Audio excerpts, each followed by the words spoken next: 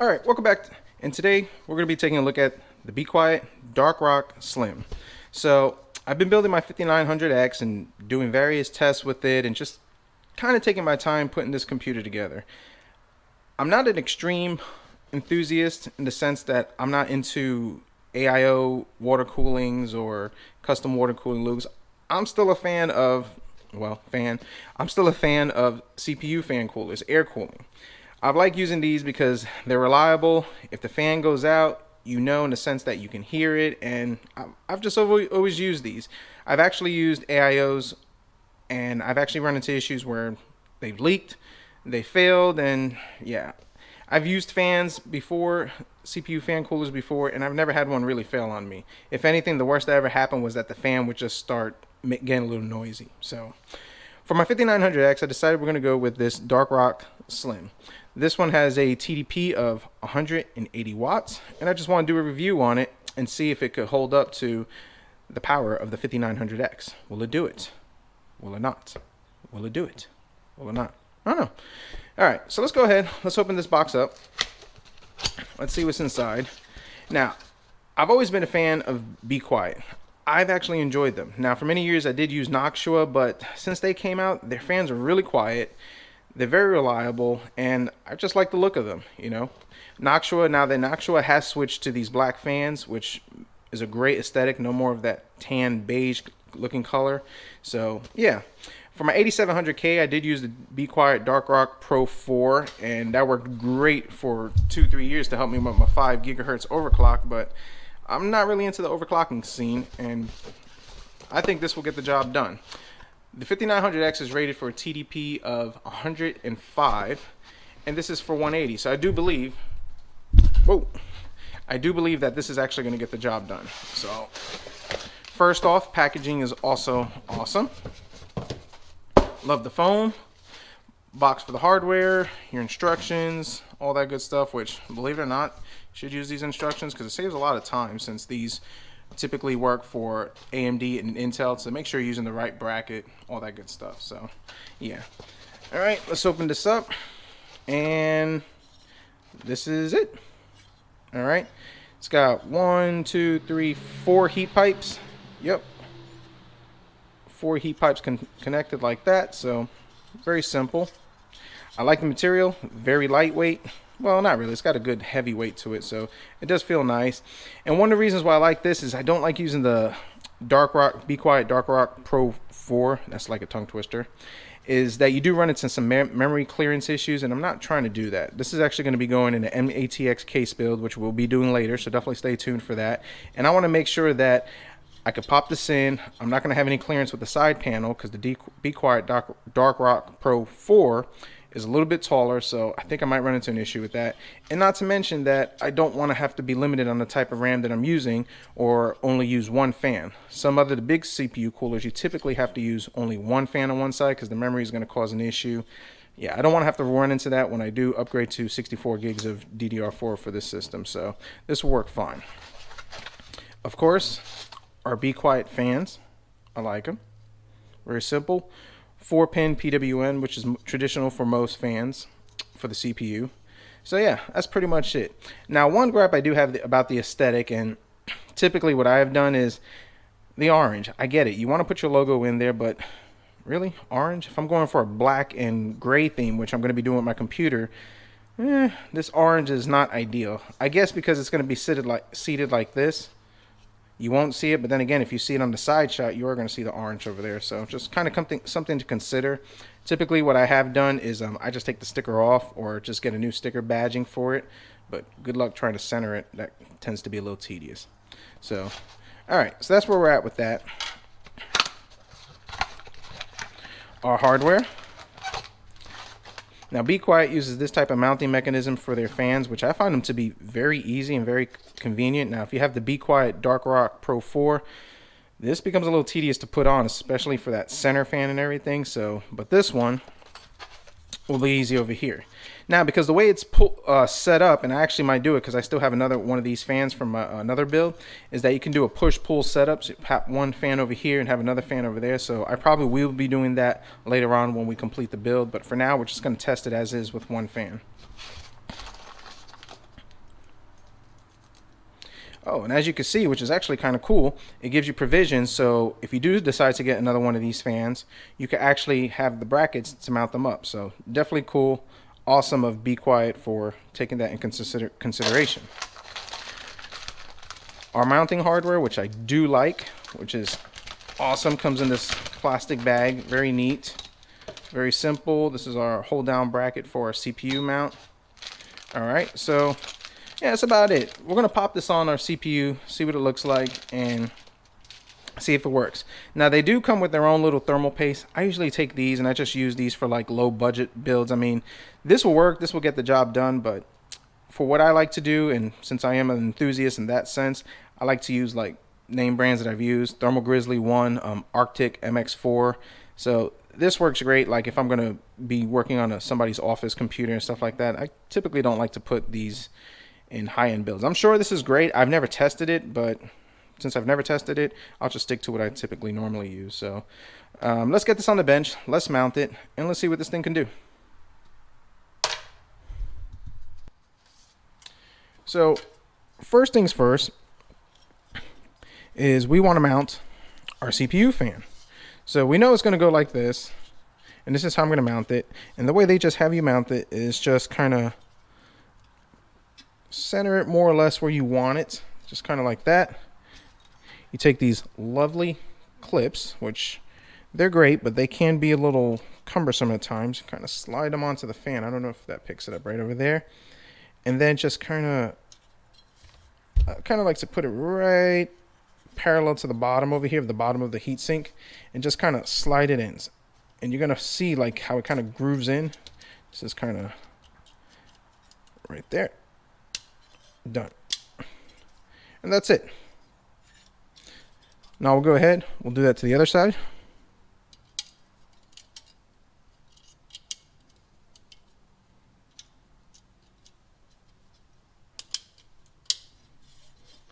Simple and easy, and this ain't going nowhere.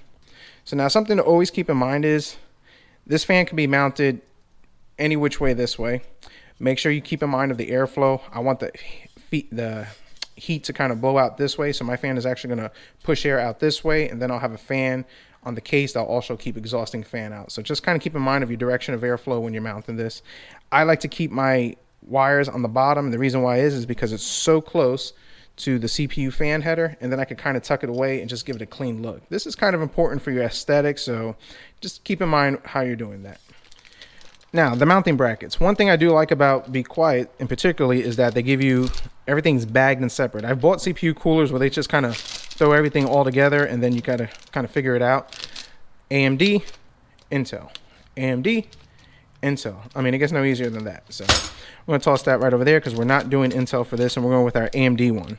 Now, if you're putting this on an AMD motherboard, you need to take off the brackets, the retaining brackets that come with it. I've already taken these off. It's just two screws up here, 2 screws down there. Let's see if I get that in the shot. And that comes right out. So then, as we look at our instructions, the instructions are actually pretty clear on it. I don't know if it shows up on the camera. We're going to mount it that way. So let's go ahead. Let's install these mounts. And let's get this thing going. So as far as the mounting goes, if you look, the little spaces that it has, this one's a little thicker over here, and this one's wider. And the reason why this one's wider is that when this one's actually going to go into the little mount over here for the stock AMD bracket. So just go ahead and get those 4 popped in. There we go. And that should be simple. Now this is actually only going to go one way. And that's what makes it easy. If you look at it, it says, I don't know if it comes up in the camera, but it says AM4 on the bottom. The instructions actually tell you that if you're going to use AM2, AM3, FM1, FM2, it'll be the top one. But we're going with socket AM4 because that's what we have. So we'll use that to kind of line it up. Now, when you line it up, just kind of place it loosely right over here, and then we'll use the screws to kind of secure it and mount it down. We're using our trusty Be Quiet screwdriver. This is actually one of the coolest screwdrivers and the best screwdrivers I've actually ever had as far as working on computers. This came with the Be Quiet Dark Rock Pro 4, so yeah, that's one way you're going to get it. Or you could try to find somebody selling it on eBay cheap, I guess. I don't know. I don't know if Be Quiet sells it anywhere else. So let's go ahead and let's mount this in, screw it down. I'm a big fan of not tightening everything until you actually have it fitted and lined up. So make sure you just kind of have everything just kind of loosely sitting in place. That way if you got adjustment and wiggle room, you have the way to do it that is proper. Okay. Now, if you look at the orientation of the bracket, you see how you have that little indent that comes up. Make sure that this is facing up because that's where the actual CPU cooler itself is going to mount to and screw on. So let's pop this one in.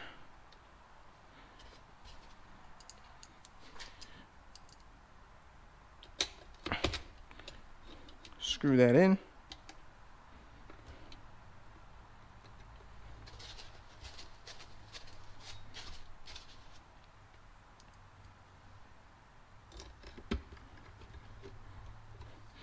All right, and we should be good. Like I said, don't go tightening them just yet, just to make sure you have that wiggle room because you got to get the CPU cooler on. So now we move on to our CPU cooler, and they come with this plastic protector. Make sure you peel these off. I actually had a CPU cooler where I didn't peel this off, and they didn't even have this lovely writing that Be Quiet puts on there. And yeah, my temperatures were all over the place. Long story short, I didn't look too smart doing that. I typically like to wipe it just to kind of make sure it has no adhesive or any residue from that. Isopropyl alcohol. I like to use these shop towels. They work great. You can use those lint-free towels. I forget the ones that they used to wash cars. You can use that too. But these work great. You can get these at Walmart or any local place. Clean it good. You're good to go. So now we apply some thermal paste, and then we'll go ahead and we'll mount on this bracket, which is very simple, and then we'll tighten everything up. So we'll be right back. So our mounting bracket is this piece over here, and if you look, it has these little grooves that are going to mount into the fins on this bottom of this heat seat plate over here. So just kind of mount it in, and it'll fit. And once you do that, you just kind of sit it on top. Let's see if we can get that in there, and just sit it on top of those brackets, and you should be good to go. Take the screws over here. There's only 2 of these screws, so that tells you right there that you're only going to use 2 of them.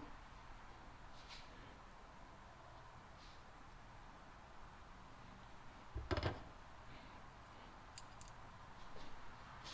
going to pop the one in the back.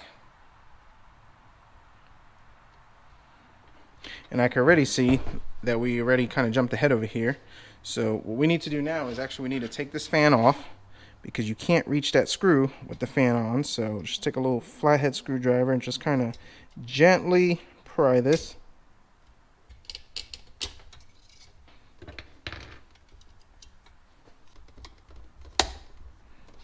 Push down.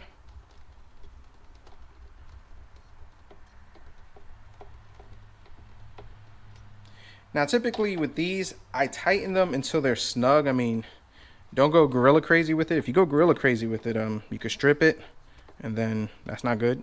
So a little snug on the side. And now, because that's all lined up and everything's looking pretty good, we're gonna go ahead and we're gonna snug our mounts.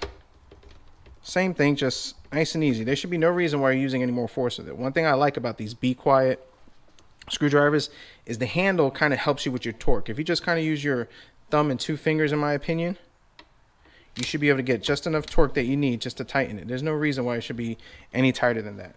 You strip it, then you're gonna have to buy it again, and good luck trying to get Be Quiet to warranty it, because I mean, you stripped it. They might not. Definitely comment down below, let me know if they do, if anybody's had that issue. All right, and we've snugged everything down, kind of like a car. Just go over it and just make sure that you got equal pressure, or as much as you can. And that's about it. So